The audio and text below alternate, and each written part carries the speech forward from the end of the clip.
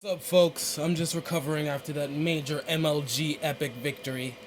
Episode 6 of the Dank Souls playthrough. My apologies for fucking that up.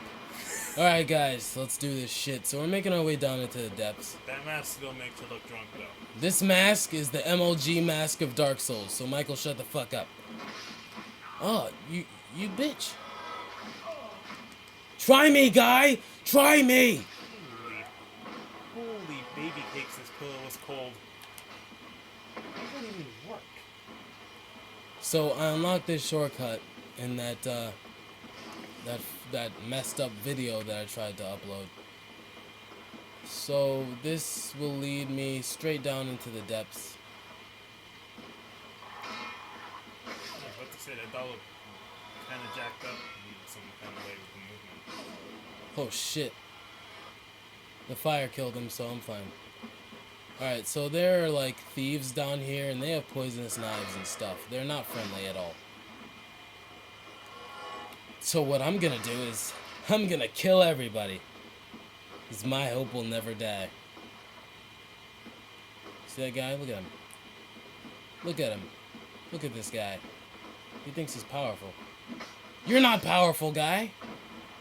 Anyone else? You want some? Get some.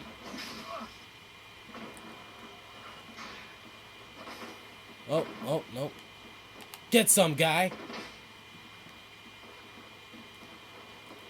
Nope. Not today, guy. I'm not getting poisoned. Today's not the day for that. There is a shortcut that I could have taken from Firelink Shrine directly to the depths, but I just wanted to show you guys what was missed in the episode that I messed up.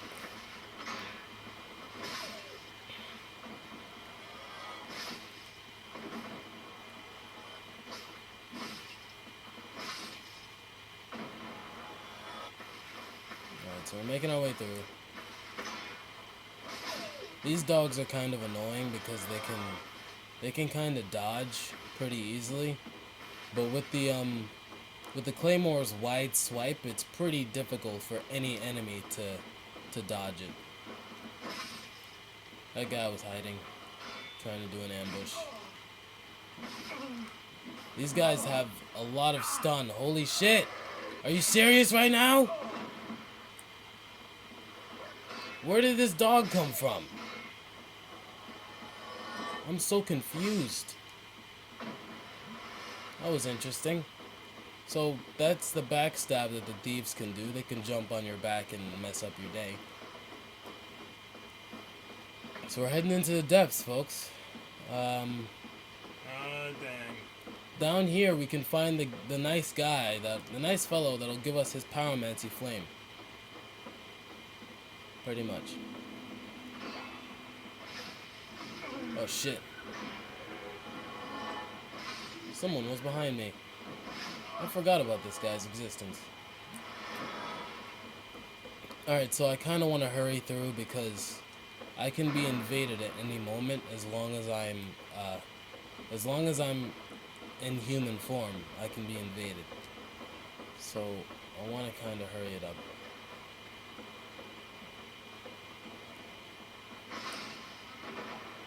Nope.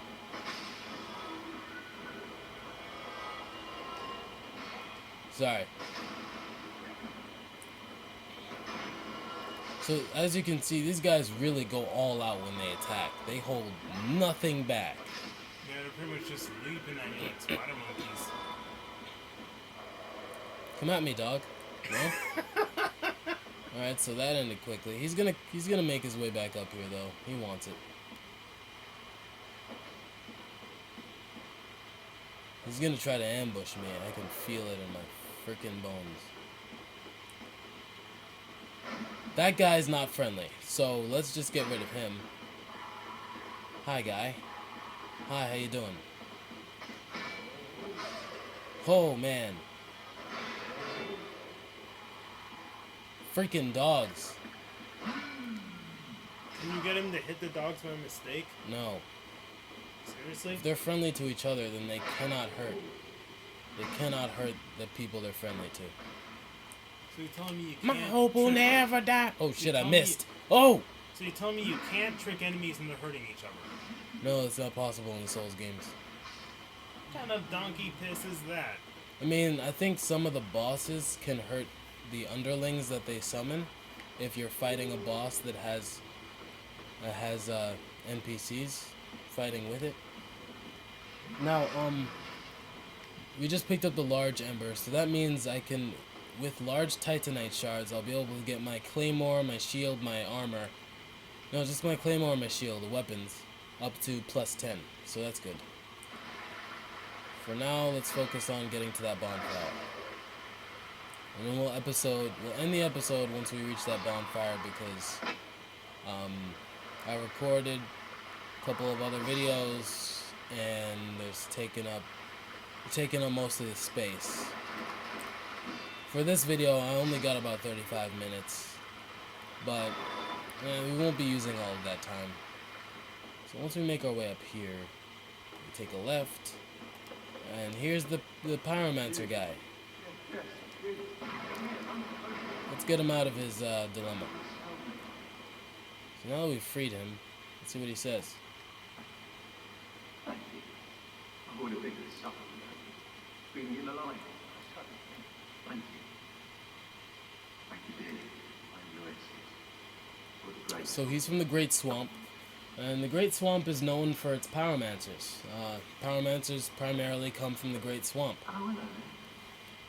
These people use pyromancy flame, and because the Souls games are so intertwined with the idea of flames, pyromancy basically take a part. It's like pyromancy is like a part of your soul that you basically weaponize. You weaponize a part of your soul into flames, and it actually turns out to be quite useful. That's why their survivability is so high in the Great Swamp. Pyromancers are just really powerful guys. Oh shit. My hope will never die. Never! So we got the sack he was wearing on his head. I'm never putting that on. It's a disgrace. So we're gonna make our way down here, folks. Now, this place, it's a lot easier to get through if you have pyromancy. There's a thing sitting up there. It's waiting to fall down on my head. There it is. Now, these things, they take massive damage from pyromancy, but since I don't have pyromancy at the moment, I'll have to kill them with melee or just run past them. So that's the objective.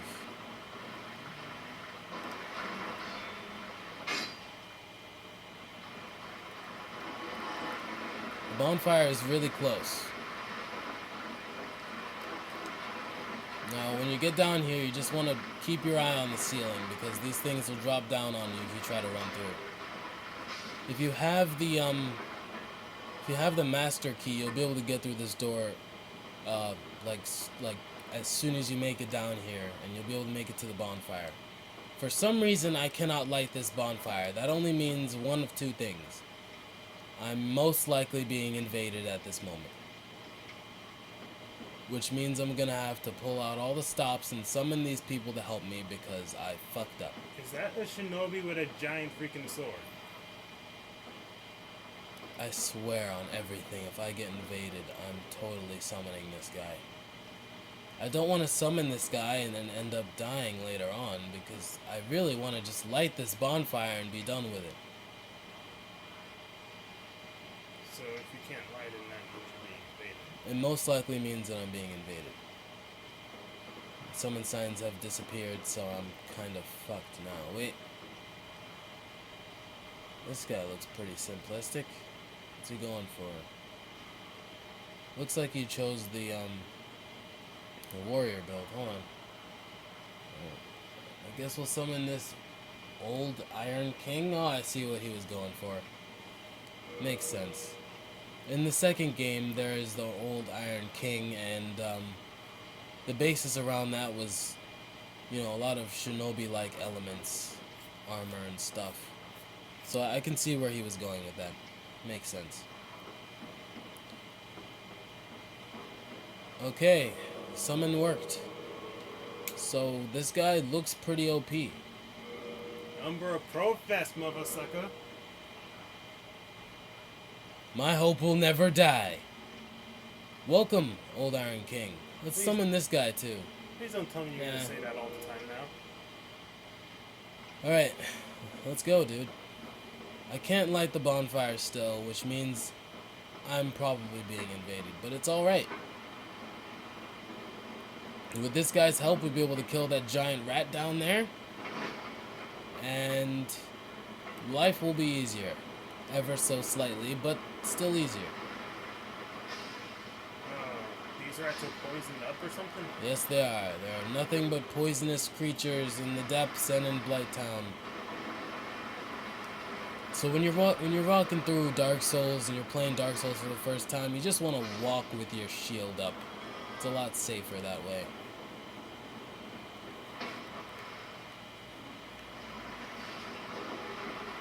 My hope will never die. Alright, so this guy's... That giant rat, he just wants it. He wants it so bad, but we're gonna give it to him. If I can remember where to go.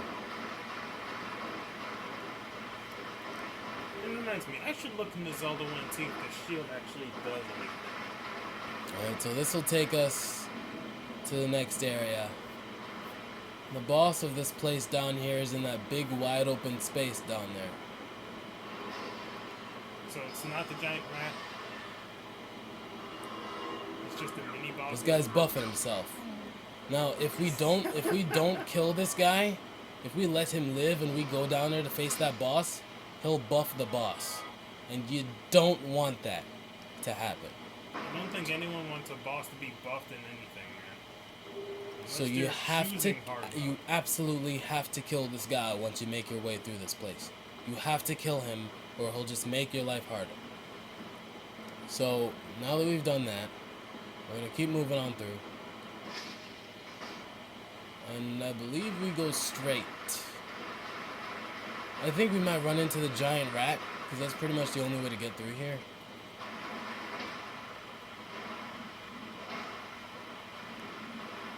Back up, guy! Back up! Oh, shit. What even is that? They're like giant blobs of disgusting shit. Alright, so, you'll want to try to jump over this little pit here. If I happen to fall in there, I'm fucked because there are a lot of poisonous... There are enemies who will curse me, and curse is bad mojo. Let's just leave it at that. I mean, what kind of curse? Because in, like, Dark Cloud, when you get cursed, you're pretty much stuck with the one weapon. If it breaks, you're pretty much screwed. For this game, if you get cursed, you die automatically, one, and you turn to stone, and your health bar gets cut in half until you get the item that you need to cure the curse. You don't want your health bar to be cut in half. You just don't. And you won't be able to use humanity to restore your humanity until you get the item to reverse the curse. So if you're human and you come down here, you'll get invaded by a unique character who shows up at certain intervals throughout the game. There are also the enemies that curse you down here. If I had fallen into that hole, then I would have ended up somewhere down here. And these weird frog-looking freaks of nature, they curse you. If you get caught in the big clouds that they're able to generate, they will curse you. Now, Kirk has just invaded, and the summon killed him. It's alright though. It's fine. Nice. That was pretty badass, but I kind of wanted you guys to see Kirk. Kirk isn't exactly a difficult character to beat. He's like one of us. He's just trying to make a living in Lordran. It's pretty much all he's trying to do. If I had Pyromancy, this place would be slightly easier to get through, but we'll get that later. See, I'm glad I summoned this guy. He seems to know what he's doing. I'm not wearing armor that's really resistant to curses and stuff like that, so I have to be pretty careful. Very careful. Extremely careful not to be cursed. Because if that meter fills up, I'm gonna die automatically, and it's not gonna be pretty. So these guys, occasionally, they do drop an item called Eye of Death. And what you do with that item is, this is the Ring of the Evil Eye. Okay, so with the Eye of Death, you can rank up in the Covenant of Lord Nito. And the Ring of the Evil Eye, what happens with that ring is that when you kill enemies, every time you kill an enemy, your health gets, a tiny bit of your health gets restored from their death. It's kind of like vampiric in that sense. And this is basically what happens to you when you get cursed. You turn into stone and you look like that and you die. Automatically. So now that we've got the items that are down here, we're basically just gonna haul ass and get the hell out. You don't want to be here any longer than you have to, really. So he's signaling me to get that item, so I'm gonna get it. There are a lot of little sharp corners and turns that you gotta jump. You gotta jump through. A lot of hoops. I didn't think this game had a jump button. It's not a jump button. You're holding run and then you gotta tap the run button while you're running to jump. So it's a weird mechanism. But when you play Dark Souls for a while, you get used to So it. it doesn't just happen automatically, like context sensitive, like Legend of Zelda does it? No, you have to tap. You have to tap the run button while you're running. While you're holding the run button, you have to tap the run button while you're running to jump. You have to be pretty damn precise while you're doing it. So why not just have it happen automatically, like Legend of Zelda does? Because there is no solid state running. There's no jump button while you're standing still. If I tap circle, I'm gonna do that. And what that is, it's like a type of dodge. Yeah, it's like you don't jump while standing still in Legend of Zelda, only when you're crossing gaps. So I think we can take on this boss. I'm gonna try to take on this boss. Remember the first time you saw this boss and you freaked out? The first time I saw this boss, I did not want to fight it. I was scared for my life, and it scared the living shit out of me. I did not want to fight this boss. It's like, he saw the head first and he's like, oh, okay, and then the rest of it showed up and he's like, nope, nope, nope, nope, nope. I literally just, I was so terrorized by the ordeal that I almost just wanted to put down the controller and just leave. Like, I didn't even want to look at it kill me because it would have just been a graphic display of disgusting blood and guts. You really just wouldn't want to see that stuff. Alright, so he's signaling me to get this item. It's a heavy crossbow. I don't use crossbows. Now, Lautrec, he's summonable here. You can see his weapons are like sickles. Those weapons cut right through shields. So if you have a shield and you decide to take on this guy, he'll gank you. If you fight him early on. We're gonna summon Solaire though to help us with this because he's the bro. And why not, right? Now, what you want to do is you want to try to go through the white mist as soon as you press the summon sign, because if you summon people and then go through to fight the boss's health bar will increase. So you want to catch the boss in that prime time moment when its health is slightly lower. Like, oh, it's just gonna be some. So it's gonna be crocodile some thing, weird right? giant crocodile, but then that shit shows up and you don't see it coming. I didn't see it coming. Gentlemen, presenting the Gaping Dragon. Michael, shut the fuck up. That was the worst introduction. Listen, this thing is a dragon that was corrupt. It was corrupt by the abyss, and it turned into that abomination. So what you want to do is you want to get it to do that move, and then do whatever that is, and then walk forward. And then when it walks forward, you want to run behind it and cut its tail. You get a weapon for cutting its tail off. So that's the objective. You want to cut its tail. Cthulhu's third cousin twice removed. Once you cut its tail, and you get that weapon, it won't be able to attack you with a tail swipe that does pretty damn good damage. This guy is attacking it from the front. I honestly just wouldn't advise that. See, look, it killed the freaking summon. This guy's... Oh, fuck. Alright, so I cut his tail off. And I got the, It's just me and Solaire now. We're gonna do this, Solaire. It's just you and me, bro. We're gonna fight this thing together. Fuck. Alright, so he's getting ready to barf. It's an area of effect move. You just want to get far away from whatever that is. I honestly don't stay to find out what that is. So just aggravate him until he does this move and walks forward. Run behind him. You want to two-hand your weapon so you can try to kill him faster and just wail on him. Now, of course, this early on, I'm not going to be doing much damage, but you want to try to do as much damage as possible while you can. Alright, so I'm going to try to get him to do the same move again. He does that. He slams down. You wait for him to aggro, and then you run around him. Alright? It's the same process every time. There's a strategy to these things. Looks like Solaire's almost dead, so I really want to finish this guy off. Come on, Solaire. Hit him! Damn it. I think he's gonna kill Solaire. Yeah, he killed Solaire.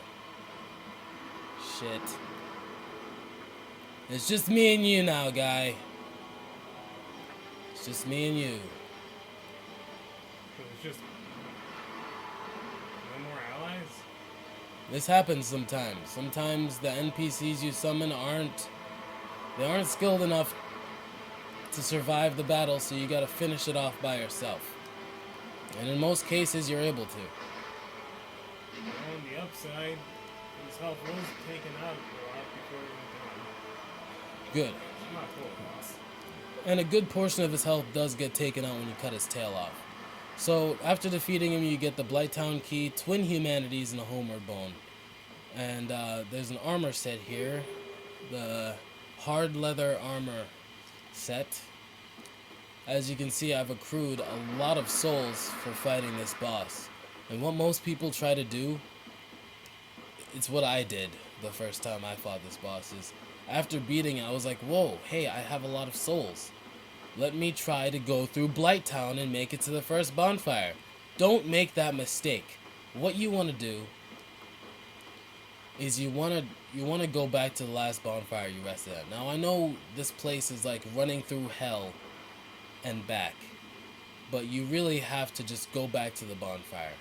And once you get back to that bonfire, believe me, it'll be worth it, because you'll be able to use the souls that you got from the boss to level up a couple of times, and then you can head into Blighttown. After unlocking this shortcut, believe me, it'll be worthwhile once you make your way back to the bonfire. You just don't want to lose these souls. I wasn't able to light this bonfire before, but I think I may be able to now. Yeah. So, we're gonna end the episode here, folks. It was pretty damn intense. But this is Dark Souls. This is something you have to expect. I'm gonna put all that into my endurance because I honestly need more stamina for this kind of stuff. Alright, so that's the end of this episode, folks. Remember to rate the video, comment the video, and subscribe. And I'll see you in the next episode. Oi, oi!